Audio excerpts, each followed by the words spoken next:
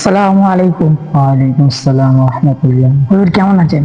আপনার দয়াতে আল্লাহ আমাকে খুব ভালো রেখেছেন। আলহামদুলিল্লাহ। আল্লাহ আমাদের সবাইকে সুস্থ সবল রেখেছেন, তাই আল্লাহর দরবারে শুকরিয়া আদায় করি। আলহামদুলিল্লাহ। তো হুজুর, আপনাকে বলছিলাম যে আপনার কাছে একটি মাসলা জানতে পারি? জি বলেন, কোন মশলা?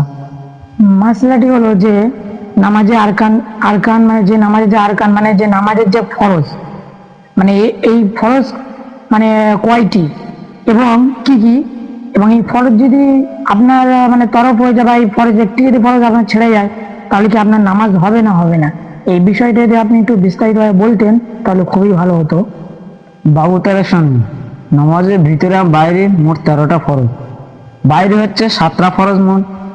প্রথম নাম্বার হচ্ছে, 1 নাম্বার হচ্ছে জায়গা পাক, তার দ্বিতীয় নাম্বার হচ্ছে, 2 নাম্বার হচ্ছে শরীর পাক, 3 নাম্বার হচ্ছে কাপড় পাক, 4 নাম্বার হচ্ছে যে সতর ঢাকা, 5 নাম্বার হচ্ছে যে কেবলার দিকে মুখ করা, আর নাম্বার 6 হচ্ছে যে নামাজ তুমি পড়বে সেই নামাজের ওয়াক্তের আজান হবে। মানে যে নামাজ মানে ধরো আমি আসরের নামাজ পড়ছি, হ্যাঁ। তার মানে আসরের যে ওয়াক্ত আছে ওই ওয়াক্তের মধ্যে আমার নামাজটা পড়তে হবে, তাই তো? আসরের যে ওয়াক্ত আছে ওই ওয়াক্তে আসরের নামাজ পড়তে হবে।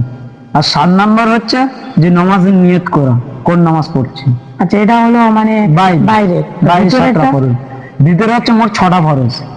প্রথম নাম্বার হচ্ছে তাকবীরে তাহরিমা, তাকবীরে তো আল্লাহু আকবার বলে নিয়ত করা। তারপর হচ্ছে দিনে নামাজ পড়া, 2 নাম্বার হয়ে গেছে। 3 নাম্বার হচ্ছে কেরাত করা, যে কোনো কেরাত সূরা পড়া। আর 4 নাম্বার হচ্ছে যে রুকু করা। আর 5 নাম্বার হচ্ছে দুটো সেজদা করা, দুটো সেজদা সব করতে হবে। আর 6 নাম্বার হচ্ছে যে শেষ বৈঠক করা, কয়দা আখেরা করা। আচ্ছা, আপনি তো বললেন এই নামাজে আরকান, মানে আরকান নিয়ে এই বিষয় নিয়ে আপনি বললেন। আরকান মানে যে ফরজ, হ্যাঁ। তো এই ফরজ যদি আপনার তরফ হয়ে যায় তাহলে আপনার কি নামাজ হবে না হবে না? আর ফরজ যদি ছেড়ে দেয় তাহলে নামাজ হবে না। মানে আপনাকে ফের মানে শুরুতেই মানে আদায় করতে হবে, তাই তো? পুরো নামাজ আদায় করতে হবে, নামাজ ফাঁসি দিয়ে যাবে। ঠিক আছে।